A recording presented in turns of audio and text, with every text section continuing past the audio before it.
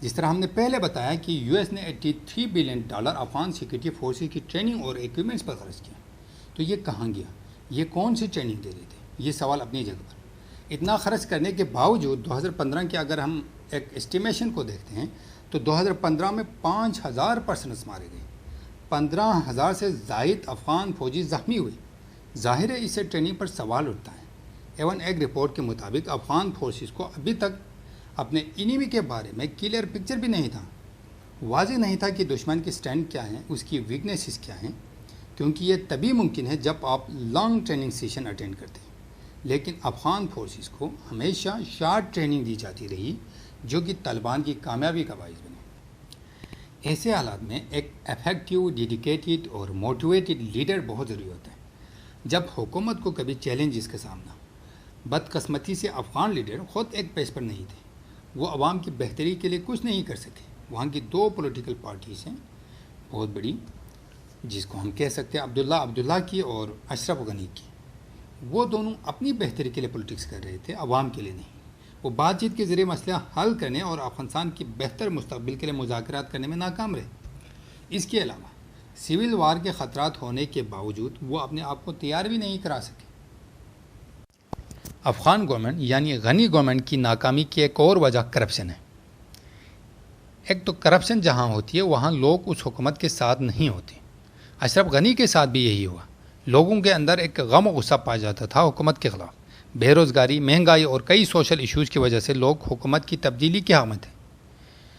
اس کا یہ مطلب نہیں ہے کہ لوگ طالبان کے حق میں بھی تھے، بٹ گورنمنٹ کے خلاف ضرور تھے۔ اس کی کرپشن کی وجہ سے نہ صرف عوام کی بلکہ افغان ملٹری کی سیلری، مورل وغیرہ بھی متاثر ہوئے تھے، جس کا اعتراف بائیڈن نے بھی کیا تھا۔ اس نے کہا تھا کہ ہم نے جتنے پیسے دیے ہیں وہ اصل جگہ پہ خرچ نہیں ہوئے۔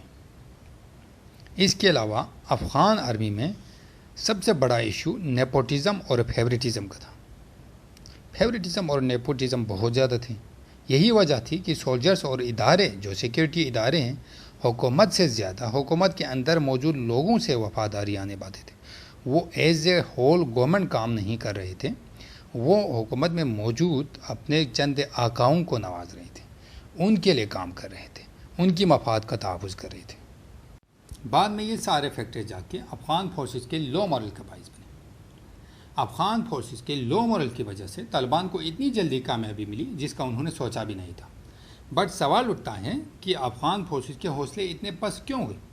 اس میں کئی ریزنز ہو سکتی ہے۔ پہلی بات تو یہ ہے کہ طالبان مسلسل آفینس کے ذریعے اپنی انفلوئنس بڑھا رہے تھے اور مختلف ریجن ان کے قبضے میں ہوتے جا رہے ہیں۔ دوسری طرف وہ ڈائلاگ کی بھی بات کر رہے تھے۔ اگر ہم یو ایس کو دیکھیں تو یو ایس اے کی طرف سے اچانک وہاں سے چلے جانا بھی افغان فورسز کے لو مورل کا باعث بنے۔ اگر ہم بگرام ایئر بیس کو دیکھیں تو وہاں پہ تو یو ایس اے نے افغان فورسز کو، افغان ایڈمنسٹریشن کو انفارم کرنے کی زحمت تک نہیں کی۔ اس لیے کچھ سکالرز کہتے ہیں کہ افغانستان کو طالبان کے حوالے کرنا 100% پری پلان تھا، جس کا افغان فورسز کے مورل پر برا اثر پڑا۔ زاراس میں تو ٹروپس نے سرنڈر کر دیا کیونکہ ان کو پتہ تھا کہ ان کی بیک کرنے والا اب کوئی نہیں ہے، اور طالبان نے بھی ان کو جو ہے سرنڈر کرنے کی صورت میں جان و مال اور فیملی کو تحفظ دینے کی شرط رکھی تھی، اور ظاہر سی بات ہے ان کو جو ہے اپنی فیملی کو بچانا تھا، ان کو اپنی جان و مال عزیز تھا، تو انہوں نے جو ہے وہاں پہ کمپرومائز کر دیا۔ اسی طرح جیسے کہ ہم نے پہلے بتایا کہ مورل کے ہائی ہونے میں ایک لیڈر کا بڑا کردار ہوتا ہے، لیکن کابل پر قبضے سے پہلے ہی اشرف غنی یو اے ای کی طرف بھاگ گئے تھے۔ سب سے اہم اور امپورٹنٹ بات یہ ہے کہ افغان فورسز صرف پیسے کے لیے فوج جوائن کرتے۔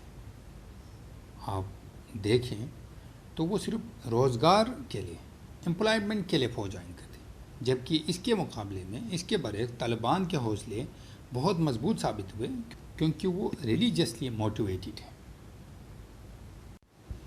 اس کی کنکلوژن یہی ہے کہ war is fought by morale, ideology and passion, not by persons اور ایکوپمنٹس۔